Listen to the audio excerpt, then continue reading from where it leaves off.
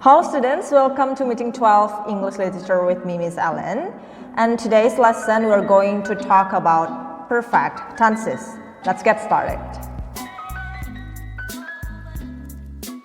Today we are going to talk about perfect tenses. Perfect tenses generally focus on a past action affects the present. For example, I have already eaten.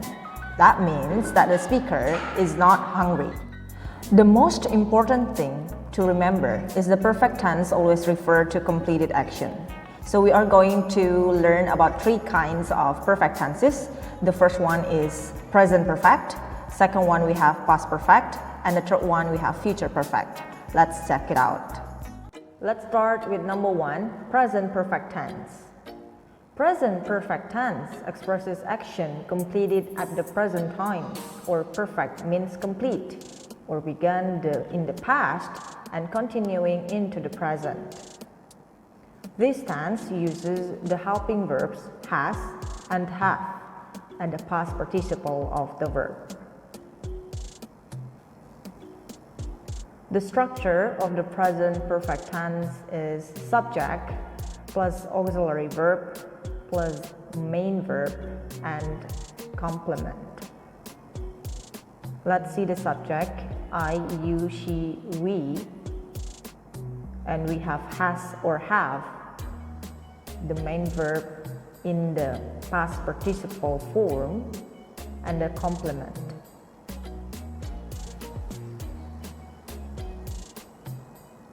Present perfect tense has three functions. Number one, present perfect tense for experience. We often use the present perfect tense to talk about experience from the past. We are not interested in when we did something, we only want to know if you did it. Example, he has lived in New York. Have you been there? Number two, present perfect tense for change. We also use present perfect tense to talk about a change or new information. Example, I have brought a car. Amira has broken her leg. Number three, present perfect tense for continuing situation. This is a state that started in the past and continues in the present and will probably continue into the future. This is a state or not an action. We usually use for or since with this structure. Example, I have worked here since June. He has been ill for 2 days. Let's move to the second form of perfect tense. We have past perfect tense. Past perfect tense expresses action completed before a certain time in the past.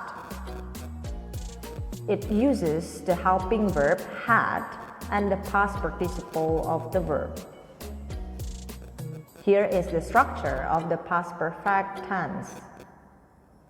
Subject plus auxiliary verb, which is had, plus main verb and complement.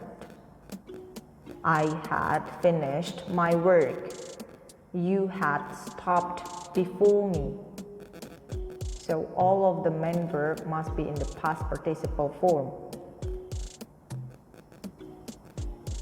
How do we use past perfect tense? The past perfect tense expresses the action in the past before another action in the past. This is the past in the past. Let's see the example. The train left at 9 a.m. We arrived at 9:15 a.m. When we arrived, the train had left. I wasn't hungry. I had just eaten. I didn't know who he was. I had never seen him before. Now let's move to future perfect tense. Future perfect tense expresses action which will be completed before a certain time in the future. It uses the helping verbs will have or shall have and the past participle of the verb. This is the structure of the future perfect tense. Subject plus auxiliary verb plus